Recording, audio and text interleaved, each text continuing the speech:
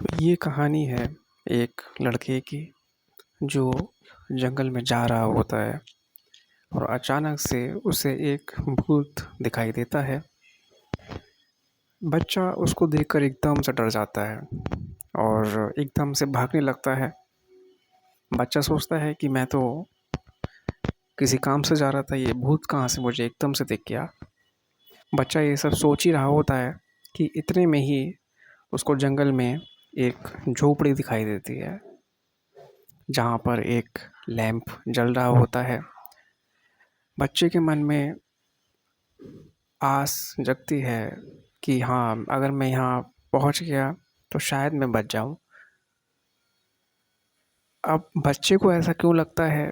क्योंकि डूबते को तिनके का सहारा, सुना है ना? वही बात है ये। बच्चा उस झोपड़ी की तरफ भागता है। अचानक उसे, जैसे वो झोपड़ी की तरफ पहुंचता है, उसको वहां से बाबा एक निकलते हुए देखते हैं।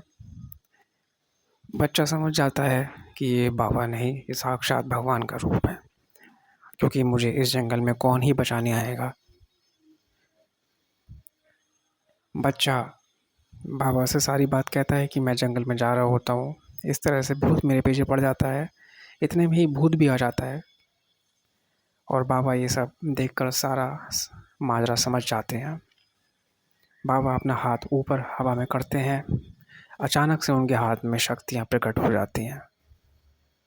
ये शक्तियाँ इतनी तेज होती हैं कि वहाँ पर पूरा ही माहौल जगमगा जाता है। पूरे अंधेरे में रोशनी रोशनी हो जाती है। बच्चे को ये देखकर बहुत सुकून मिलता है कि शायद अब मैं बच जाऊंगा। इतने में ही क्या होता है कि भूत और बाबा की लड़ाई स्टार्ट हो जाती है। दोनों के बीच जमकर अपनी अपनी शक्तियों का उपयोग दोनों कर रहे हैं, एक बच्चे को बचाने के लिए और दूसरा बच्चे को मारने के लिए। लेकिन भगवान कहते हैं ना कि अगर आप किसी को बचाओगे तो मैं आपकी तरफ हूँ। आप समझ गए होंगे कि बाबा की शक्ति भूत की शक्ति के ऊपर भारी पड़ जाती है और भूत एकदम से डर जाता है कि अरे ये मेरे साथ क्या हो रहा है, मेरी शक्ति तो बहुत कमज़ोर पड़ रही है।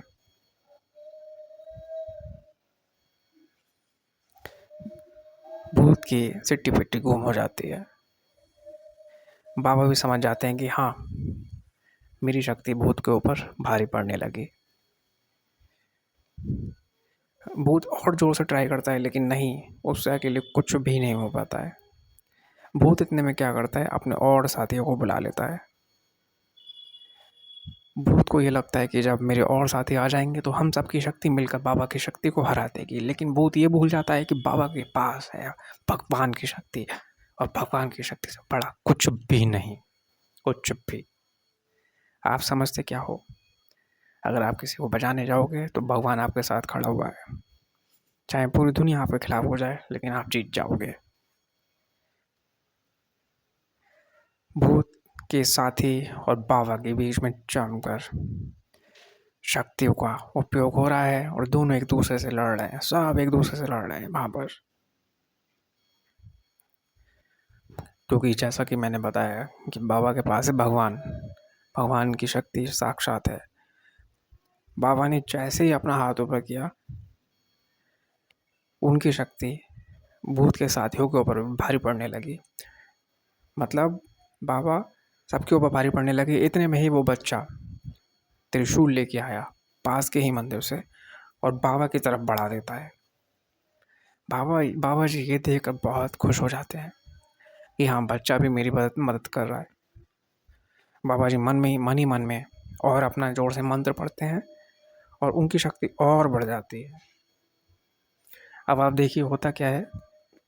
इतने में ही बाबा उस त्रिशूल को अपने हाथ में लेते हैं। अब तो भूतों की सिट्टी पिट्टी गुम। अब तो कुछ भी ऑप्शन ही नहीं बचा भूतों के पास सिवाय भागने के। बाबा की शक्ति 10 गुना हो गई। एक तो पहले ही बाबा जी भूतों के ऊपर भारी पड़ रहे थे और अब देखिए बाबा की शक्ति 10 गुना हो गई। भूतों के रोंगटे खड़े हो गए। जैसे ही उस शक्ति ने प्रहार किया भूतों के ऊपर, भूतों के रोंगटे खड़े हो गए, भूत भागने पर मजबूर हो गए। और भूतों ने जैसे देखा कि हाँ अब हमसे सहन नहीं हो पाएगा किसी भी कीमत पे, हमें यहाँ से भाग ही जाना चाहिए। और बाबा जी ने भी उस त्रिशूल में और ज़्यादा अपनी शक्ति डाली और भूत एकदम से भागने लगे। आधे भूत भाग गए, आधे दाएं गए, आधे बाएं गए, जो बचे वो सीधे भाग गए। ये सब पीछे खड़ा बच्चा देख रहा था। बाबा जी और बच्चा दोनों बहुत खुश हो गए, मन ही मन में एक दूसरे को धन्यवाद बोल रहे थे, क्योंकि बच्चे ने उनको त्रिशूल दिया था और बच्चे को बाबा जी ने बचाया था। दोनों ही बहुत ज़्यादा खुश, क्योंकि उन दोनों ने ही एक बुरी शक्तियों को हरा दिया था।